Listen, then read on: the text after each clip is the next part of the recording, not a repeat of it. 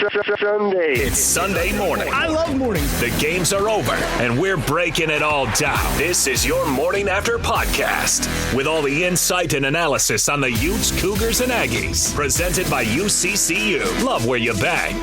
The Morning After podcast with Hans, Scotty, and Lloyd Cole begins right now. And he gave us an opportunity to come in here and show what we're made of. On 97.5, the KSL Sports Zone.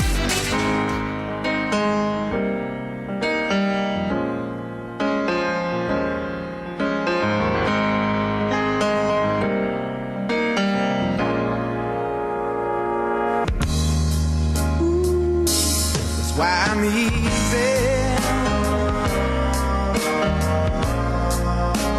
I'm easy like Sunday morning.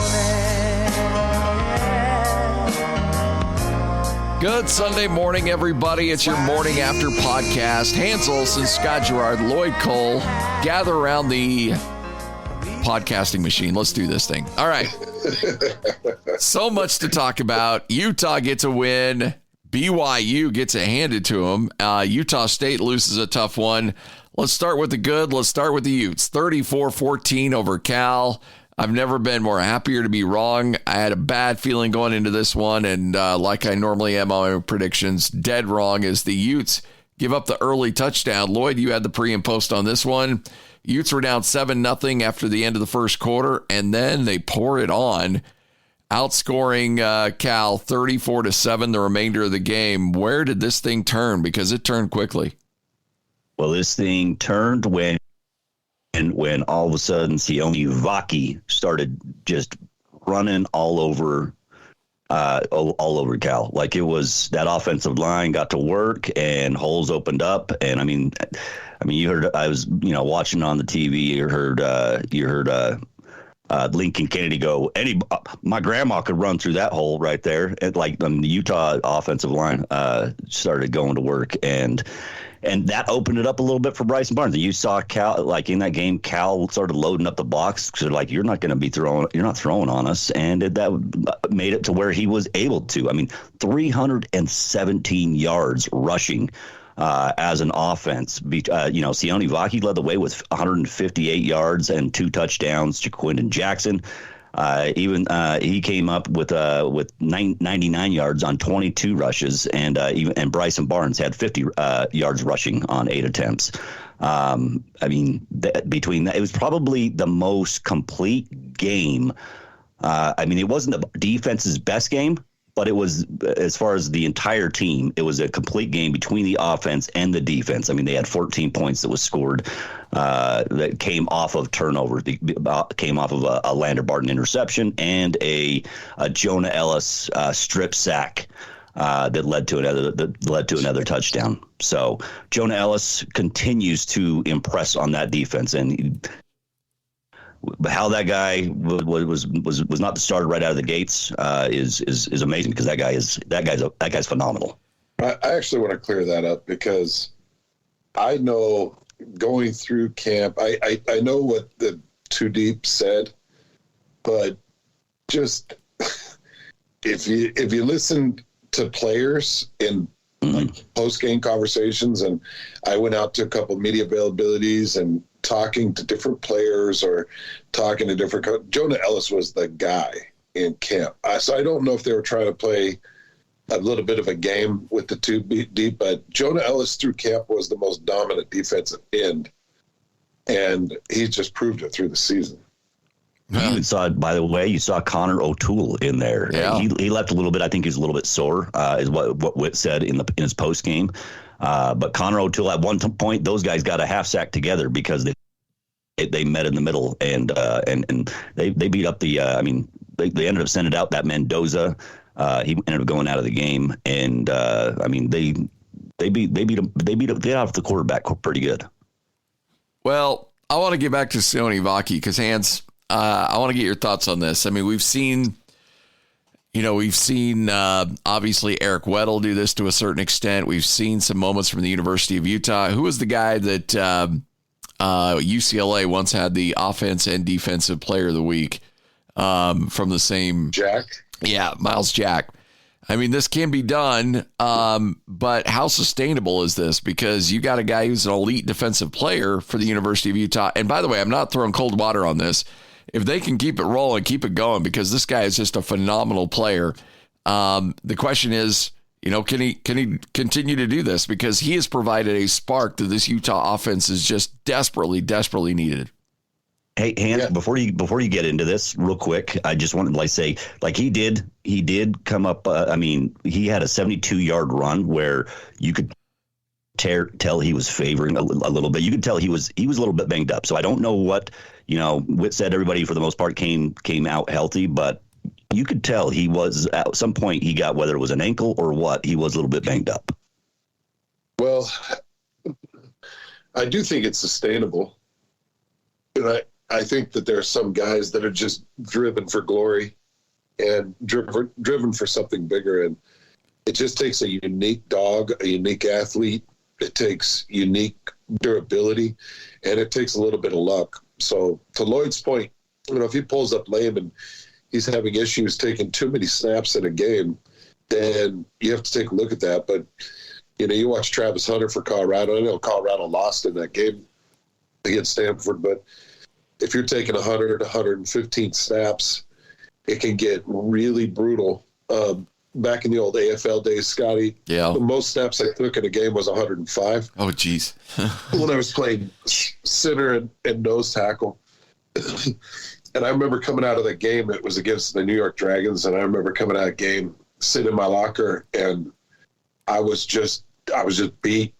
I felt like I'd gotten put through a laundromat and just torn apart, and it was a really horrible feeling. So I know I can't do it. I know my body couldn't hold up to it. I know that my endurance, I couldn't do it week in and week out. But maybe there are some guys that can.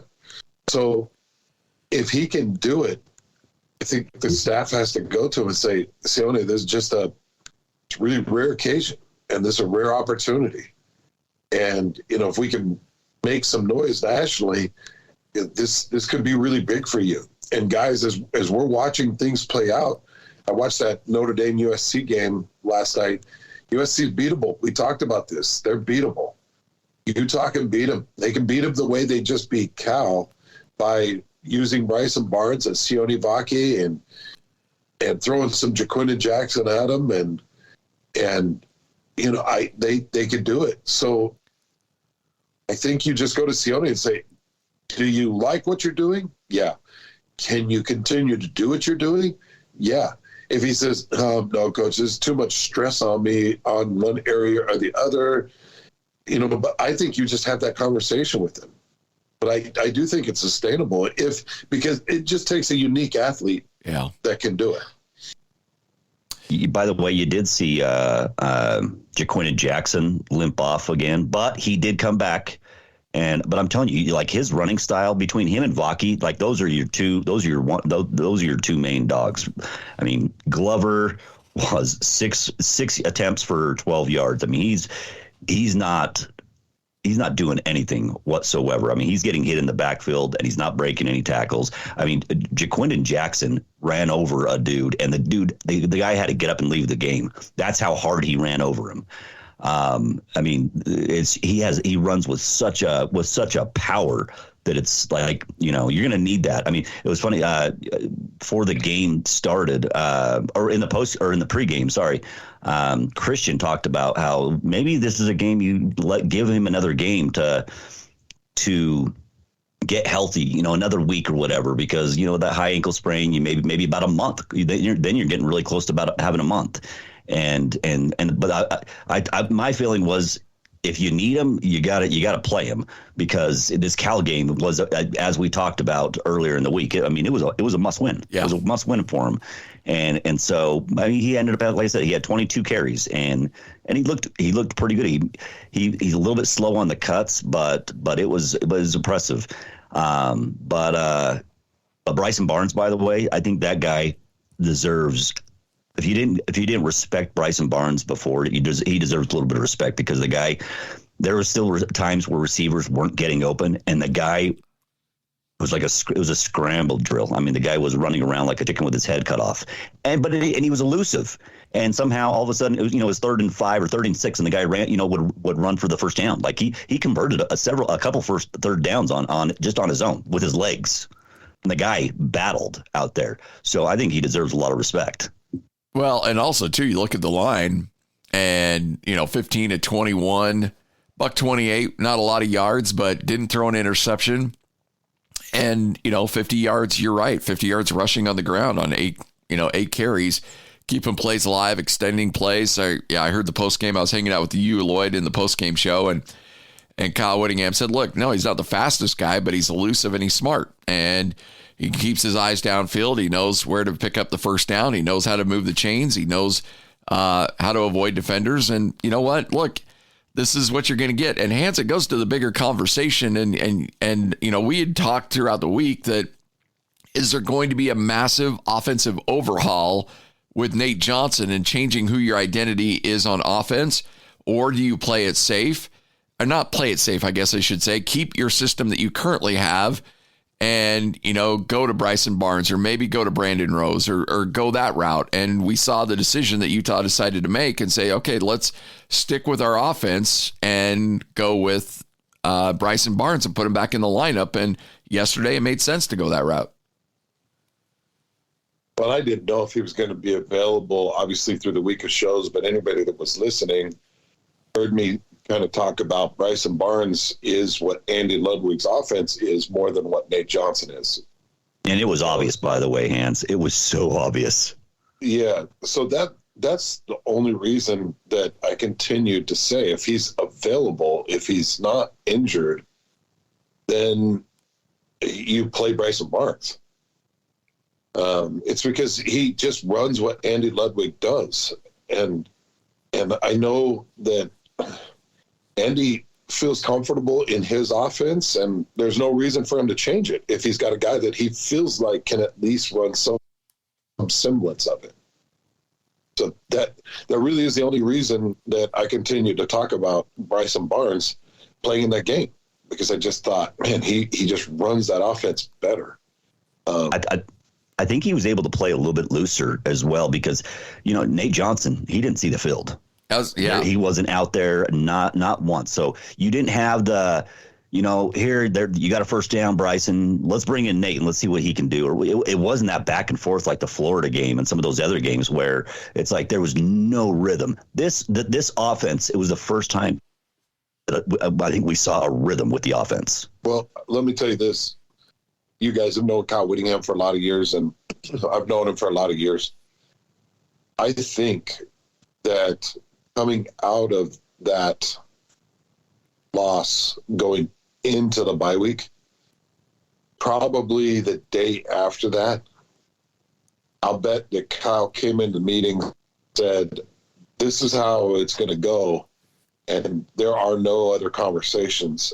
And at that very moment, that gave you 14 days or whatever to work on one thing and one thing only without any other conversation or any other confusion. And when you give somebody 14 days and it's all about them and it's all about that moment, you can get a lot done. And that's what great leadership's about, guys. It's making a very hard decision, but making it definite, making it as early as you possibly can so that everybody can get on the same page. And I think it paid off. Kyle Whittingham's made a living off of doing this. Yeah. Yep. He makes a decision and he doesn't waver. And if it fails, then he'll make a different decision later. But I think he went into the bye week. He's like, it's going to be Bryson Barnes. It's nobody else. He's the best we've got. And let's go with that. That's how I could see that conversation going. And it paid off big. Well, and that's what he said on Monday when he didn't announce who the quarterback was. But he told the media, he's like, look, I will make the decision on Monday so that guy has all week to be the guy. And looking back in hindsight, I mean, it screamed Bryson Barnes. Like, we were up in the air and we were all making our thoughts as to what it could be. Could it mean Cam's coming back, or they're committing to Nate Johnson, or whatever the case might be? But honestly, reading between the lines, I mean, it was pretty, looking back with hindsight being 2020, we can tell that it was Bryson Barnes. But that was Kyle Whittingham saying, enough of this nonsense. I'm tired of all the indecision. I'm tired of splitting up reps. I'm tired of all this other stuff going on. We're going to commit to a guy, and that's it. And you're right, Lloyd. Nate Johnson didn't see the field because he's like, I'm not screwing around with this anymore. It's too big of we're having too good of a season. We're having too good of a defense. There's too much on the line here for us to be dipping our toes in different sides of the water. Enough of this. I've had it. And he went with Bryson Barnes and told Bryson probably, look, you're the guy. We're going to sink or swim with you. Now go out there and get it done. And that's exactly what he did. 34-14, the final in this one. Utes get the victory. All right, Hans, you're still down in Dallas. You got a flight later today. BYU. That was not pretty. Yeah. So many problems right now. And what's interesting to me, you watch Utah's offense struggle for a couple weeks, and they make some really hard decisions. And they think outside of the box with Bryson Barnes and Sione Vaki, and they put their foot down and they go back to what they know. And they ended up with whatever it was, 450 yards of offense in that game. Yep. And I know Cal's not exactly a world beater defensively, but they're not the worst either. So I think that there's a blueprint. You're going to have to think outside of the box. You're going to have to find something that is different and going to work. And I know that they tried that a little bit in the bye week because they made an offensive line shuffle. They put Connor Pay at center and Paul Miley at guard, and they moved Waylon Lapuaho over to the right guard, and they tried. And then they ran Miles Davis a little bit and tried Miles just to see if they could get a spark. But they're going to have to think outside of the box offensively because it's too many performances of failure at this point for them. Keenan Slovis comes out and first offensive series throws a pick six, guys. Yeah. And that's the third defensive touchdown that they've given up this year. And it's a head scratcher. And, I don't know. It was one of the tougher games that I've watched for BYU. I didn't think they were going to. I thought it was maybe the rush game that was where BYU was going to struggle in it. And I'm talking about on the defensive side. I did not think that Josh Hoover was going to come in and throw down 439 yards and 4 touchdowns. It was over the top is what killed them. And that's not where I thought they were going to get beat. I was a little bit surprised that he was able to come in and do that. Well, I think BYU was surprised too. As you mentioned, 58 passing attempts, 37 completions. And what was crazy, you guys, is most of those throws are underneath throws. And then just athleticism. Yeah. Yeah. There was one pass that went for 42 yards, but I'm telling you, that even was breaking tackles. Okay, so this is our podcast. We get to talk about what we want. So here's the deal. They put Malik Moore back in and gave him a chance. Malik had not seen the field for a while. And I know I go back to that Arkansas game. It's really the last time we saw Malik Moore on the field. And he came from that safety spot to make a tackle on the running back and didn't make the tackle. And they ran for whatever it was, like a 70-yard touchdown. And he was off the field. Well, they put him back on the field against TCU.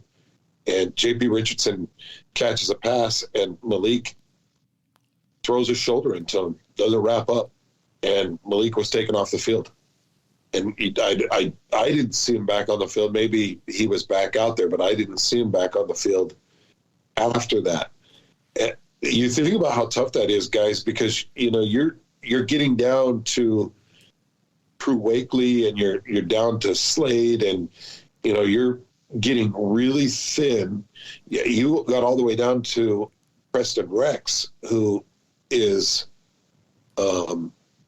Isaac Rex's brother. And he's just a baby. He's just a freshman. And you're putting him out there because you just don't have other options. And I'm looking at Malik Moore like, man, you got to play better. And you got to wrap up that tackle. He knows it. Guys, you know it. Jay Hill definitely knows it. You got to make that tackle. You can't give up that touchdown. And I'm sure that there's a lot of frustration there. And then, BYU's still in this game. And you get TCU with a pass down the sideline, and Crew Wakely breaks it up. It would have made it 3rd and 10 and on TCU's side of the field, and it would have made it a really tough conversion. And Crew Wakely stands over the top of the guy and does that safe, the bent knee safe motion. That I saw this. Umpire. Yep. He got a 15-yard flag. And that drive ended up in points. And I've got to imagine that Jay Hill is just like, what are we doing? You know that he doesn't have patience for that stuff, guys. No. You know how Jay Hill operates. He doesn't have patience for that stuff, and he's dealing with some really tough things right now. Yeah, I was watching this game because I had both the games are going on at the same exact time, and I was watching in studio both these games, and just in the little bit efforts that I would watch at this time, I saw probably about 5, maybe 6 missed tackles. Like the tackling was definitely not up to par. Well, for the BYU defense. And we knew that this defense was going to be a work in progress, and that was before all the injuries at safety. And I mean, Crew Wakely, when he was at Utah State, couldn't break the 2 deep at Utah State, and now he's playing significant minutes in a big role for BYU. And I think that's just that shows you how dire the situation is there. The unforced errors are just ridiculous, and then the poor tackling. And so, I mean, it's going to take a minute to restock the shelves there at BYU on the defensive side, and you can only scheme your way so much until ultimately it comes down to talent. And I think that's just what BYU's dealing with. And we had worried about that before the season, and I think some of the early season success thought, okay, well, maybe they're going to be okay. Maybe they'll find a way to get through this. And Jay Hill's keeping this thing together with duct tape. But there's going to be games like this where you're playing TCU, who is the defending. I mean, I know they lost the Big 12 championship game, but this team was in the national championship game a year ago. They got a lot of championship experience on this team. And I know they're not having the season that they would have hoped, but this is still a crazy, freakish, talented team. And BYU just got exposed from a talent standpoint. That's just bottom line what it was. They just got exposed from a talent standpoint. Yeah, and I think TCU found their quarterback. And you guys heard me talking about my worry about what TCU would do around this Hoover kid. And I thought it would put more emphasis on Amani Bailey, and I thought that the running game would be more an emphasis, but they didn't have a lot of film. They had 22 passes to look at from Josh Hoover. And he showed a lot of mistakes in those 22 passes. He had thrown 2 interceptions. There were 2 others that were dropped in those 22 passes. And he had a couple of fumbles at the mesh point, and he just made some mistakes. But he did show an ability to throw, and he also showed that he is a throw-first guy, and Chandler Morris was not that. And it was crazy, 447 yards, guys, to 13 different receivers. And I talked to Eddie Heckard in the postgame, and I asked Eddie, I said, 13 guys with receptions in this game. I said, is that difficult to prepare for? And he said, it's really tough. He said, because we're sitting there watching film, trying to figure out what receiver breaks what way in a quick slant, or how, because some guys delay their break, some guys are fast into their break, some guys are slow into a slow go, some guys shift real fast. And he's like, we're watching film of all these different receivers, and they all do something different. Well, now you give them a quarterback that can and will hit those receivers, because Chandler Morris just take off and run. Josh Hoover sat there and dealt. And TCU might have found a guy that makes this TCU team really tough moving forward. Yeah. And we talked to Brian Estridge about that earlier in the week, the play-by-play guy at TCU, and asked him, like, how are you keeping track? And he's like, look, I put my spotting boards together, and I need, I don't have enough room for all these wide receivers. And it's something he said, that's just who they're going to be this year. You're not a team that's got 3 or 4 wide receivers that they go to. I mean, they will spread the ball around, and they will hurt you and hurt you badly. I mean, there's a lot of hungry mouths to feed, and they're finding a way to get it done, and they certainly got it done yesterday. But, Hans, I want to talk, big picture here. I mean, you got Texas Tech rolling into town next week. What do you, from a confidence standpoint, you've had 2 weeks to rest up, prepare for this game, and then you get smoked like that. Could this be kind of and I know BYU's still 4-2 and they'll get to bowl eligibility, but does this feel like the season's on the brink a little bit if BYU can't recover from this from a confidence standpoint? Yep. I would like to paint a more positive picture, but this was a thumping that makes you worry a little bit. And it exposed some areas, and it makes me feel like BYU's vulnerable because their run game just continues to struggle. And until a Sione Vaki-like individual walks through that door, I don't know how much more it can improve. I think that you continue to push Miles Davis. That's what I think. Let LJ Martin rotate, but try to push Miles Davis more. But you know what I really think, guys? I think at this point, you just say, hell with the running game. Hell with it. You are who you are. Yeah. And just saying, okay, well, let's spread it out. Let's get it to Chase Roberts and Parker Kingston. And Cody Epps finally had a reception, boys. That's his first 2 receptions of the year. We're in this game.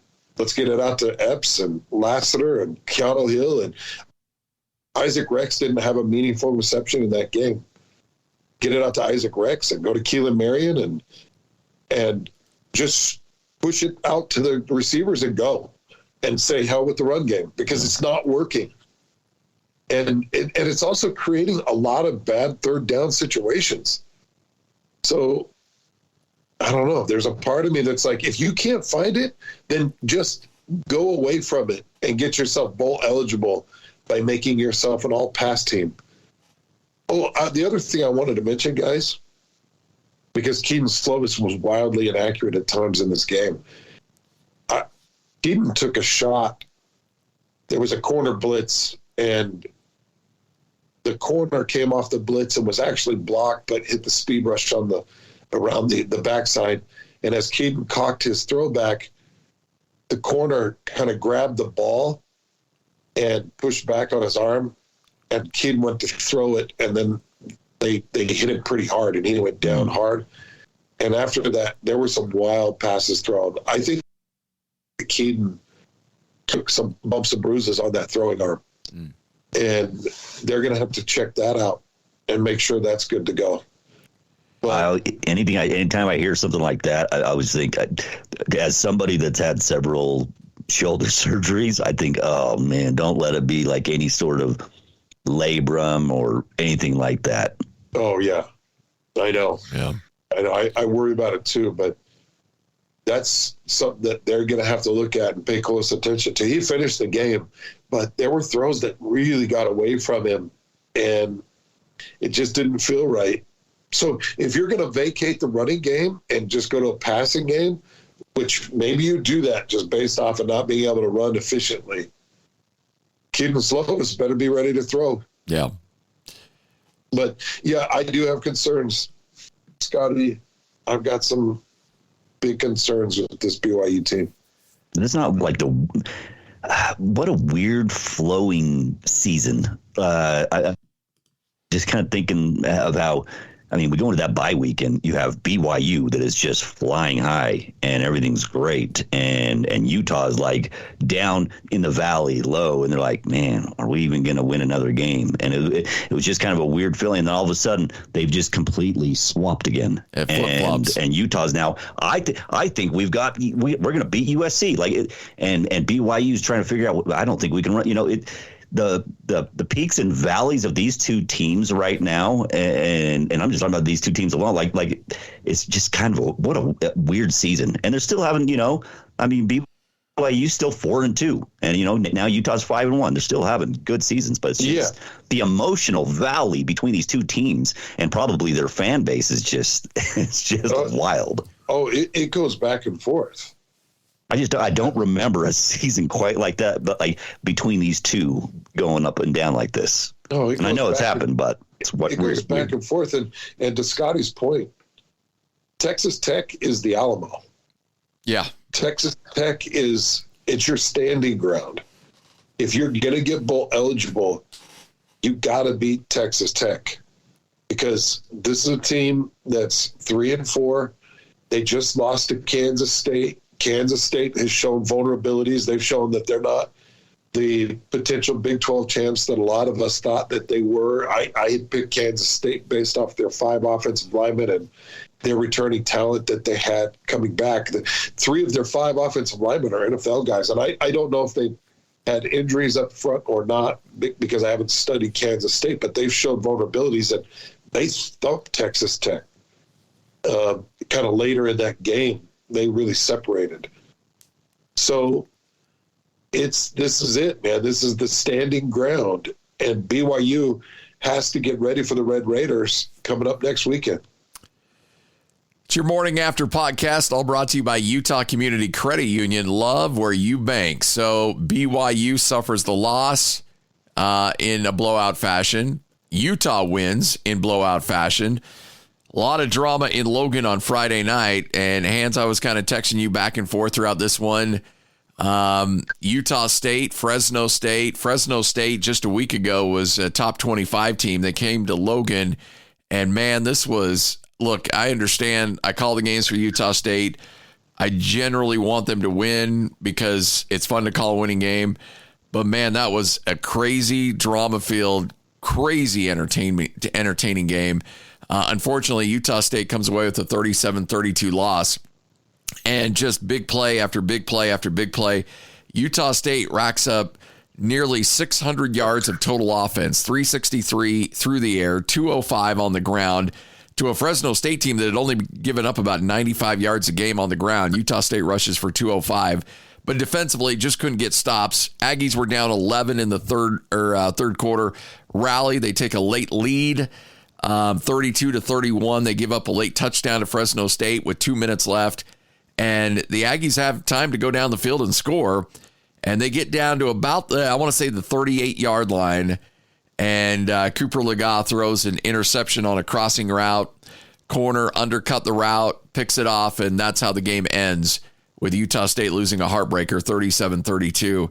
Tell you what, there's not a ride at Lagoon that can really fully compliment what this Utah State team is this year. They weren't down 17-0. They were tied 7-7 at the end of the first quarter. So it wasn't they weren't down, but they were down double digits at one point in this game and rallied to take the lead, but just couldn't get it done against a really, really good Fresno State team. Tell you what, though, if you have not had a chance to watch Jalen Royals, the wide receiver for Utah State, you owe yourself to go and check out the highlight film. This kid came out of JC, had 9 catches at Georgia Military College, showed up at essentially an open tryout for Utah State out of the blue, and he ran a 40 and 4.33 and a 4.31. They put him through some drills. He caught everything, and then they said, all right, here's a scholarship offer, just based on that alone. And he played in every game last year, but didn't have a single catch last year, and this year he is just piling it on. He had 7 catches, 125 yards, and 2 touchdowns in that game against Fresno State. I'm pulling up his season stats right now because, Hans, I want you to go back and take a look at this kid because he is just playing out of his mind. On the season, he's got 39 catches, 647 yards, 9 touchdowns. He's had 7 touchdowns in the last 3 games. 5 of those 7 have gone for 50-plus yards or more. Jeez. They almost had 3 guys with over 100 yards again, by the way. Yep. Almost they had, is it the same 3? Yep, same 3. I know Vaughn was one of them. Was Davis the other one that had over 100? Davis had 75 as Jalen Royals. Or not Jalen Royals. No, I know in the last game. Oh, Was it the same 3? These are their 3 targets. That's what I thought. I'm like, They almost had 3 guys with over 100 yards again. Yep. I love that Royals and Vaughn are competing for catches and yards, man. They're going back and forth. But they got to have the quarterback that can consistently do it. And they probably should have scored in that final drive. But as you mentioned, you have the pick. So where are we at now with Cooper Legas and McKay Hillstead? McKay Hillstead was finally cleared from concussion protocol, I want to say, on Thursday of last week. The rule is you have to have 5 days from concussion protocol when you don't have symptoms before you're cleared to play and practice, which he has now hit. Coach said he's got a decision to make. This is me, again, reading between the lines. I think McKay Hillstead's your starting quarterback next week against San Jose State. I think that Cooper Legas had a great run and obviously won that game against UConn. And then big game against Colorado State and played his butt off against Fresno State. Again, had 360 yards passing in that game. But I think ultimately the future is McKay Hillstead, and he'll probably be your starter if, again, that's just me speculating. So take that for what it's worth. But I would be shocked if McKay Hillstead's not your starter this week against San Jose State. I'm glad I'm not the guy that has to make those decisions because the amount of yards, and I know he's thrown some interceptions, but the amount of yards that Cooper Legas put up since coming back is like putting that guy on the bench. That's a tough decision to have to make. What was his first pick, Scotty? That one actually wasn't on him. Really weird miscommunication, and we talk about Royals and Vaughn, and they were running a wide receiver, kind of a tunnel screen. And both of them thought that they were the intended receiver. So they both kind of take that step back, which means one of them's not blocking. And the play, and Coop throws it out to the outside. Both of them are there. And without anybody blocking, the defender comes in and blows it up, and the ball gets tipped up in the air and intercepted. So just kind of a really fluky, weird miscommunication play. That one's not on him. The second interception was, the first one certainly wasn't. So, and the second one was the most costly because they were driving. Yep, they were driving for sure. But I tell you what, Utah State defensively, they've got some things to shore up. They looked really good defensively against the Colorado State team last week, and then this week, especially giving up that late touchdown drive, really put them behind the 8 ball. And so they've got some things to shore up. They're really young, they're really inexperienced. They'll get there.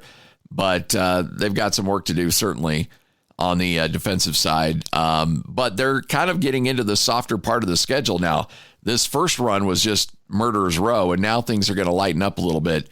San Jose State's got a really good quarterback in Javon Cordero, but other than that, I think I don't know if they won last night. I'll go check. They were 1-5. They played New Mexico. They were certainly favored to win that game. So they're either 1-6 or 2-5, one of the two. And they beat them. They did. 52-24. Yeah, I assumed that they probably would because New Mexico is New Mexico and they're a train wreck. So there you go. It should be an interesting week. But also too on the flip side, like Utah State can't go in and just assume that they're going to beat San Jose. You can't do that at all because the Spartans certainly have the weapons to beat. Utah State's not in a position where they can just go, oh yeah, that's a W. Not by any stretch of the imagination. So they better be ready to go and get this thing behind them pretty quick, or they could lose that game. Speaking of which, Wyoming pushed Air Force pretty hard yesterday. They were up 14-0 out of the gate, and then Air Force rallies to get the win. How about Air Force having to come back from a deficit and being able to do it? Yeah, that doesn't happen. No, Air Force is a good team, man. That's a good team. Well, I will say this was probably ended about 2 a.m. your time, Hans, but did you see how the Boise State-Colorado State game ended? No. So this was as crazy of an ending as you'll see in college football. And college football has, it's filled with them. But with 6 minutes left, Boise State is up 30-10 on Colorado State. And the Rams score a touchdown, get an onside kick, score another touchdown, able to get the and I'm not sure if they got the second onside kick or because I know there was a penalty on it, but they were able to get the ball back, go down, and then throw the Hail Mary. Dallin Holker, the Lehigh grad, catches on the deflection the onside kick to tie the game up at 30 apiece on the last play of regulation. Colorado State gets hit with a celebration penalty. So the extra point is pushed back 15 yards, but yet the guy knocks it through. And on the final play of the game, Colorado State wins 31-30, scoring 3 touchdowns in the final 6 minutes of the game against Boise State. No way. Jeez. No way. Couldn't happen to a better team, honestly. Did I say that? Wait, you said it's our podcast. We can say whatever we want, right? Yeah, we do whatever we want. Colorado State, man. Woo. That's good. That looks good for Utah State. Colorado State going out and getting a win. Yeah. That's a good look. Did you guys see that poor Camden Lewis, the kicker for Oregon? Oh, man. We were watching that one. Scotty was in studio when we were watching that one come to an end. Tell him who said he was going to miss the field goal. Yeah, Scotty and Christian both said he was going to miss the field goal. That was a 43-yarder, man. That's a 43-yarder to tie that thing up in Dan, one of the biggest games of the weekend. And Dan Lanning decides he's going to go for it on 4th and 5 from their own 48. I mean, like, what are you doing? Your defense is actually make him go the length of the field, Dan. Make him. Pin him. You have the lead. I cannot believe that, man. And then Penix in 2 plays goes 53 yards and 33 seconds after they stopped Oregon on that 4th and 3. What an unbelievable Saturday of football. Yeah, no, that's what college football is all about yesterday, man. That was so much fun. Hey, USC gets their teeth kicked in by the Domers. Jeez, Notre Dame. Yeah. And look, Notre Dame's gonna do what Notre Dame normally does, and they'll probably I don't know if they'll make the playoffs, but they'll screw it up somehow because they always do. But I think that just showed you how vulnerable USC is, and sets up obviously that big game against Utah next week. Caleb Williams is already thinking of that NFL payday. I think that dude's he's a generational player, make no mistake, but he's the kind of guy too that might say, like, you know what, there's nothing else to play for here. There's nothing else to go for. So I'm going to prepare for the NFL draft, which honestly may not be a bad idea considering he'll be the number 1 overall pick and you don't want to screw it up. All right. So we need a food update from the road. You're in the, one of the food capitals of the world, Hans. Did you overdo it yesterday? Wait, hold on. I want to know how it went with Booner last night. All right. We got some house cleaning to do. You know, the best 3 hours of my day are every day from 12 to 3. Right. Oh, this is awkward, by the way, because I saw the tweet and I thought to myself, and then of course, all the people. Hold on, let me set it up because Scotty sent a tweet that said, "There's nothing better in broadcasting life." That's not what I said. That's not what I said. I said some nights. I didn't say some middays. I said some nights are better than others. Working with Ron Boone, calling a Utah Jazz game is as good as it gets. But then you followed it up with, I've never had a better time on radio. No, I did not say that. I did not say that. It's almost as if we were meant to be on air together. Oh, stop My radio soulmate. Oh, okay. Followed it up with a tweet that said, I hope Booner and I could someday have a daily show together.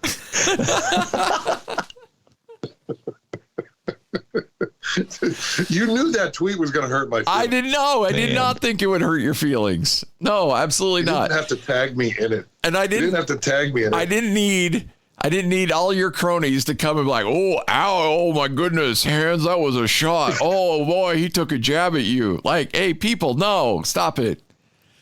Come on. That's not what I meant. I've never had more fun in a broadcast in my life than calling your Jazz game with Booner.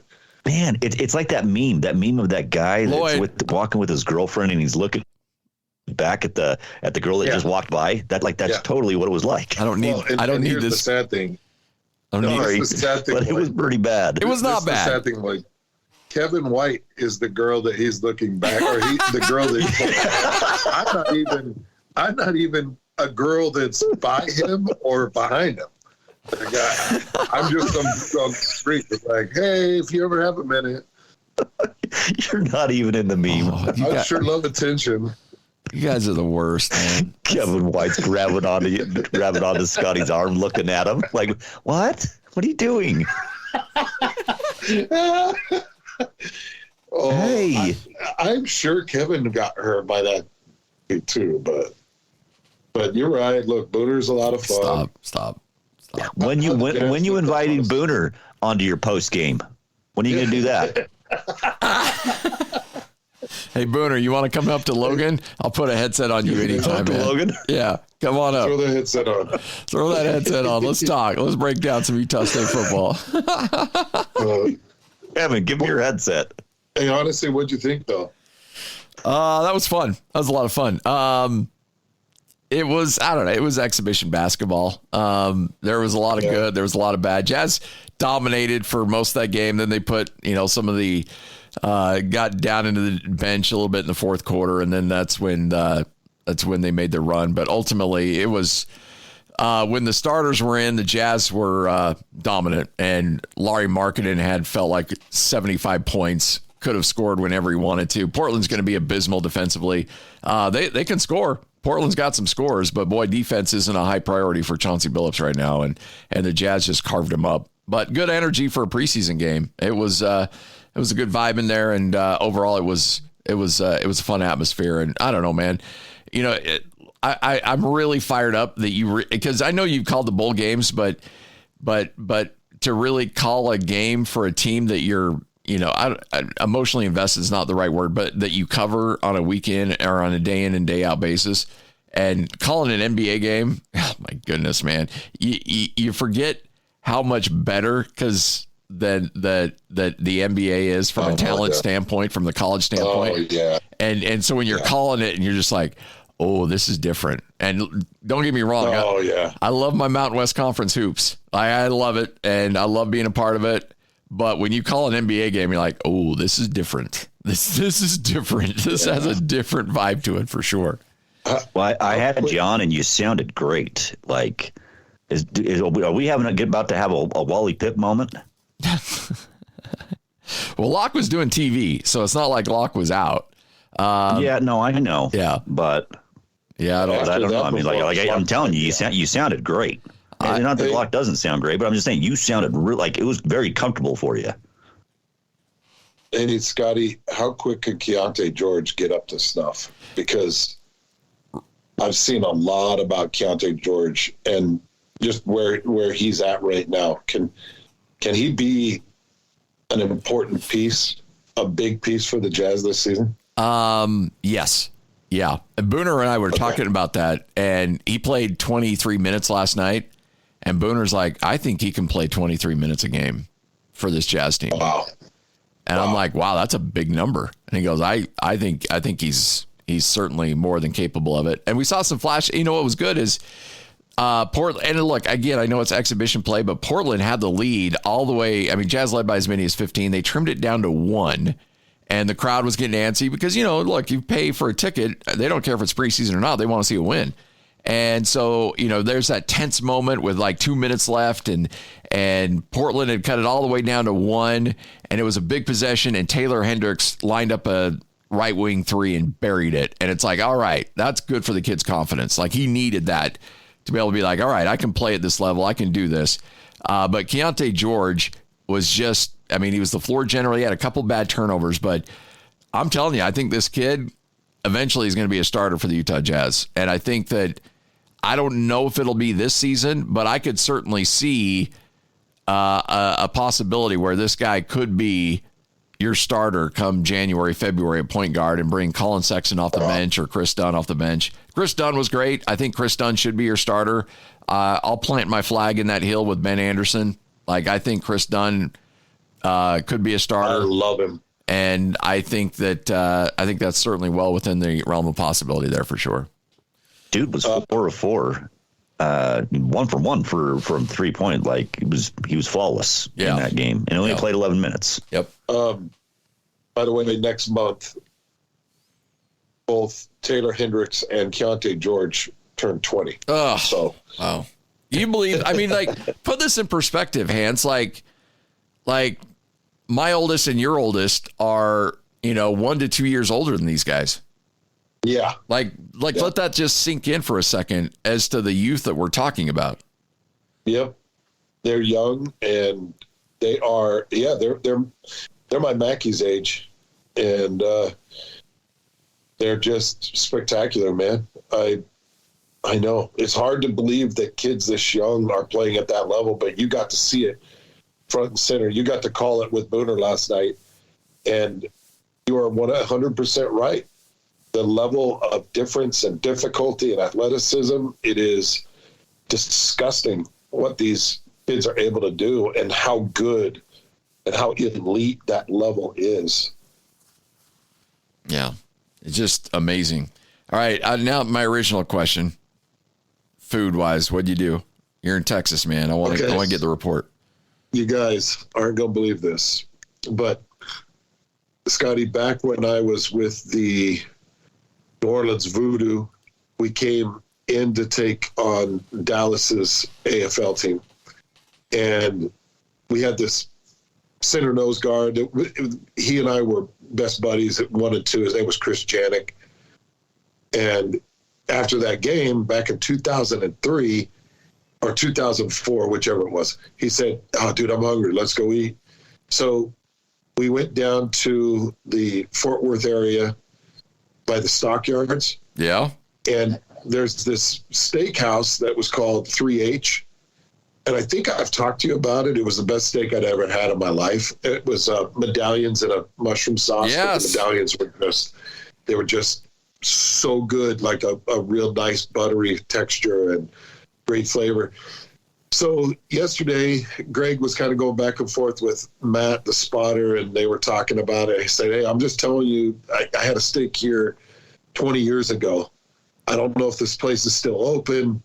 Well, Matt does the research, and crazy enough, I remembered the name. He does the research, and it's open. So we went after the game, and I got the 26-ounce porterhouse. 26. And Oh, I thought you said 66 ounce. The big 66. Yeah.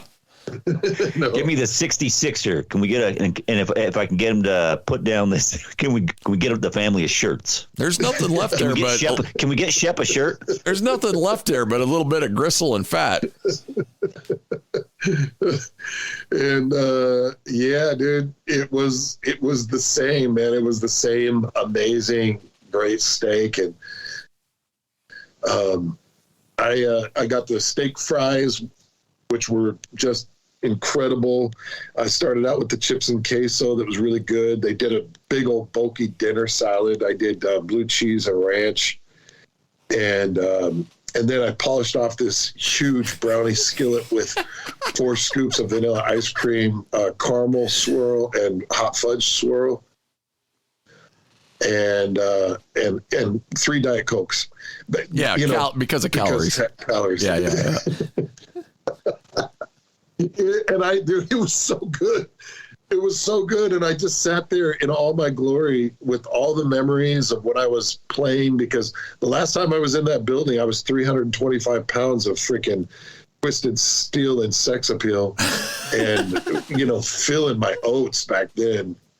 And then I'm sitting there like, geez, I'm really a has-been that never was. By the way, that's why 105 plays nearly killed you, because of the weight difference. Yeah. Like, that's carrying that amount of weight and going both ways is not exactly easy. That's true. That is very true, Lloyd. But But I was still moving okay at 325. Twisted Steel and Sex Appeal. I think that's the next name. This should be the new name of the podcast. It was so good, dude. By the way, guys, I think I may have upset Greg a little bit. Uh-oh.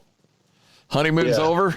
So I think so. So we'll ask him next time he comes on with us. We'll ask him. But I didn't catch that. You broke up a little. What happened? I said I think I upset Greg. Oh no! So, what did you do? Get him on Wednesday, so Lloyd. We were walking. What's that? Said Lloyd, you got to get him on Wednesday. We're gonna have to talk about this. Oh, okay. Yeah, because I'm curious to see how he felt about it, because I don't think it went well. Okay, so I was just having a little bit of fun, and you guys know that I like to have fun. Yes. And one of my favorite things to do, which my wife hates, it bugs her, but my favorite thing to do is kind of push my wife into people because it makes her feel uncomfortable. Well, we were walking down the street to the steakhouse, and Greg was on the phone talking to somebody. And there was this mid-50 couple, old cowboy couple, that was leaning against the wall, making out on the street. And I pushed Greg into this couple that was making out. You shoved Greg while he was on the phone. And and so he got off the phone and he goes, "What was that?" And I said, I don't know. I said, "I'm so sorry. I do that to my wife. I think it's funny, but it really bugs her." And he goes, You should have told him it was a spasm. He said, "I can see why." I can see why. You're like, hey, all you do is say, hey, that's for Scott in Boise State. You were owed that. Yeah. You had that coming. I told the Boise State story to the spotter and to Mitch Juergens. And I was like, man, Greg really got him. Greg's like, I didn't get him. He's like, I didn't. I was doing that out of professionalism. I was trying to figure out what the situation was. Right. Like, yeah, Greg. Sure. You're not going to fool me. As you delivered some of the nastiest body blows you could deliver. Well, we've gone way too long. Thanks for everybody who hung out with us. It's your morning after podcast. Hands, safe flight back to Salt Lake City, and let's kick it off tomorrow at noon. All right. All right. Love and memories. Be peace. Let's go. And Scotty and Lloyd, it's your morning after podcast, all brought to you by UCCU. Love where you bank, right here on 97.5, the KSL Sports Zone. This has been your Morning After Podcast with Hans, Scotty, and Lloyd Cole. Presented by UCCU. Love where you bank. Catch more of the Hans and Scotty Show weekdays from noon to 3 and in podcast form by searching Hans and Scotty on your podcasting platform of choice. This is 97.5, the KSL Sports Zone.